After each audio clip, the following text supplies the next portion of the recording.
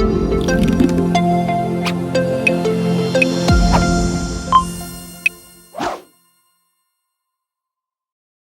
everyone, welcome back to our YouTube channel. In this video, we will discuss enhanced email pop-up experience available from the timeline in Microsoft Dynamics 365 CE.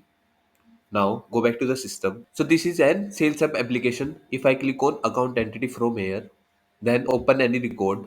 When we create an email activity using the timeline for a particular record, so it reflect to an another page. Like this is account record.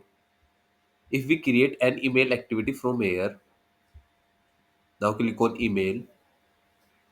So when I click on email, it is reflect on the another screen. So here I want to be on the same from enhanced and email pop-up. So how we can enable this feature? So in your app, to change your app area to app setting, under the general setting, click on productivity tools from here, then enhanced email for timeline. So this change will apply to all application in your organization that use timeline. Now click on toggle from here and then click on save from here. Now go back to the account record. First change area as sales and then click on account.